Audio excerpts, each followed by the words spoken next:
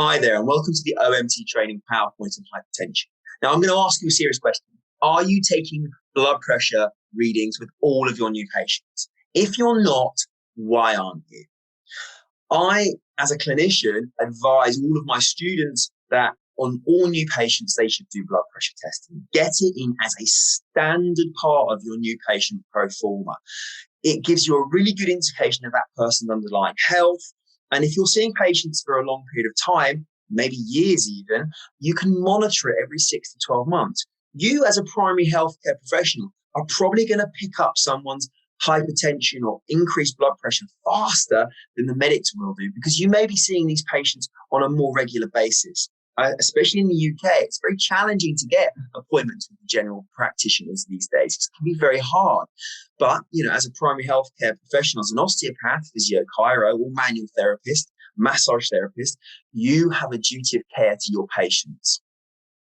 The reason why it's so important is because 1 in 4 men in the UK especially have hypertension, and they will be unaware of it. Undiagnosed high blood pressure is a silent killer. It may have no signs and symptoms whatsoever. That's why it's so important that we screen our patients. 1 in 5 women may also have hypertension. And if you think about how many patients you're seeing on a daily basis, that is a seriously big percentage of patients that you might be treating that have high blood pressure that are unaware. Now, undiagnosed high blood pressure is also a significant red flag for quite a lot of manual therapy techniques that we do. So let's be fair, if we can screen our patients as part of our new patient case history, do some blood pressure testing, you might be able to pick up someone's high blood pressure before it becomes a significant problem. With some education, nutritional advice, possible referral, you are going to be able to have a significant impact on that person's long-term systemic health. It's important that we think about this, and it's important we start adding it into our clinical practice. Hypertension is a problem. 1 billion hypertensives worldwide with a global burden of 4.5%. It's massive. In the UK and the US, we're not the healthiest of countries. 25% of all adults are hypertensive. That is crazy. Considering it's a silent killer, 25% of all adults in the UK are potentially walking around with an issue that can give them some long-term health problems, and they're not even aware of it. 12% of all consultations in primary care are due to hypertension. It is a problem. It will lead to having significant cardiovascular health issues. So this is why we think, look, it's important that we start screening these patients as soon as possible. If we look at the UK epidemiology, again, I think a lot of it's down to age, lifestyle factors, nutrition. But as we said, 25% of the adult population have hypertension. Now, 50% of those over 60 years of age have hypertension. With an aging population, the prevalence of hypertension and the requirement for treatment will continue to increase. Now, I ask you again, if you're not taking blood pressure with all of your new patients, why not? It's a big global problem, especially in the Western world. We have to think about what is going on, how we can help. And if I have a patient that comes in and we test their blood pressure and it is high, then I've got a great window of opportunity to say to them, listen, this is the problem. This is what we're looking at. Let's manage this and let's see what we can do through education, nutritional advice, exercise, diet. If we don't deal with people's uncontrolled hypertension, they are going to run the risk of premature death. There's no point in sugarcoating it. You increase the risk of heart attack, stroke, kidney failure, blindness, and a whole host of other complications. So you can see how serious it is if left untested. So the importance of hypertension. High blood pressure is a global problem. It is an issue with the elderly and aging populations, and if untreated, will cause significant cardiovascular issues. The predominance of hypertension is all to do with reduction in arterial supply, narrowing of arteries. If arteries that carry blood to your heart get damaged or clogged, this is going to lead to heart attacks and other issues. So there's different stages of hypertension.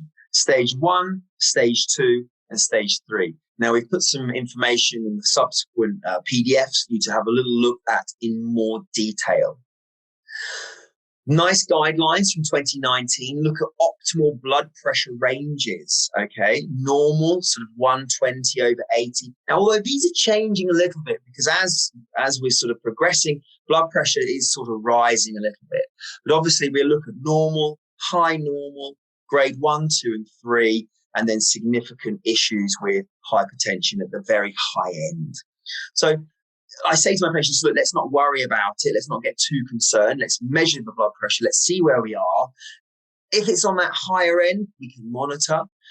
If it's significantly high, then we're thinking about let's refer to a medical practitioner, get them into that process so that we, can see whether they need to have any form of medication or if we can deal with it dietary-wise. But that's why it's really important you have a good relationship with your local doctors and GPs, writing the referral letters and getting them to have a look at your patients if you're picking up things.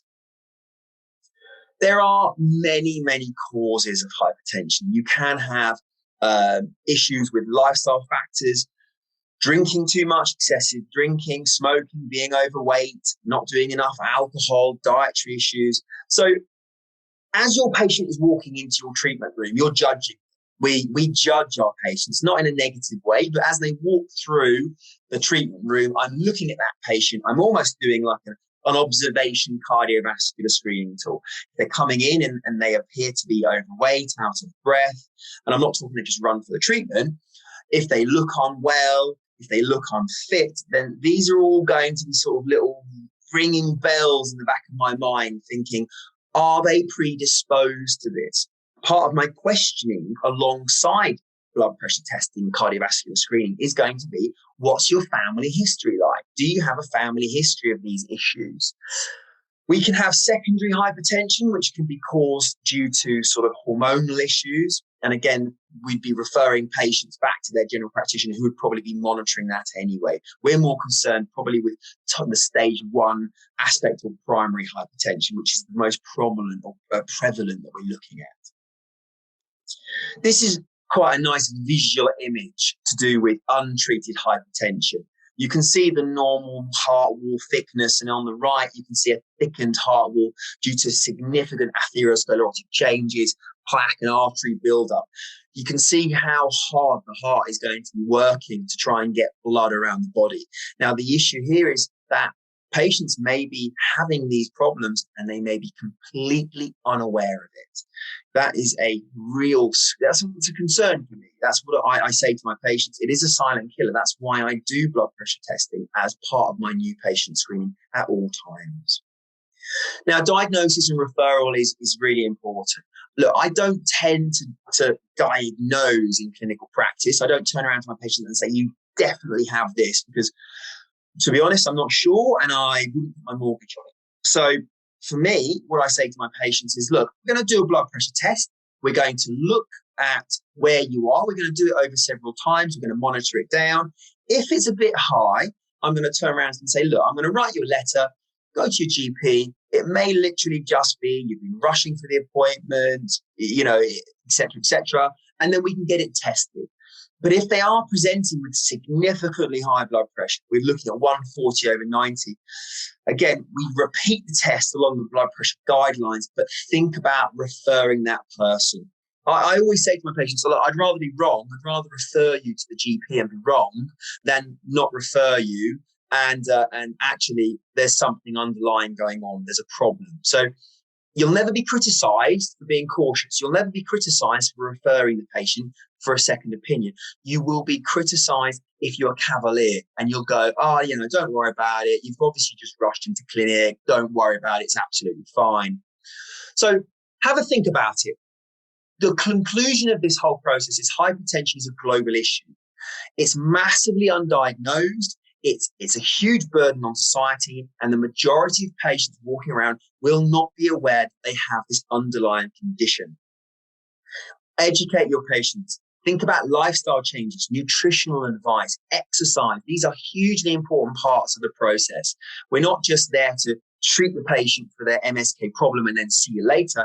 it's about a holistic approach, mind, body, and spirit, as we say in osteopathy, the three-legged stool. We are looking at that person from a biopsychosocial perspective. We're looking at giving them advice that will help their long-term health. Remember, note down your patient's blood pressure on the first appointment. Repeat it every 6 to 12 months. Any changes in their symptom, you can note it down. And remember, if in doubt, refer. Okay? Have a little look at the PDFs following this little video presentation, and you can have a look at and download the slides if you want.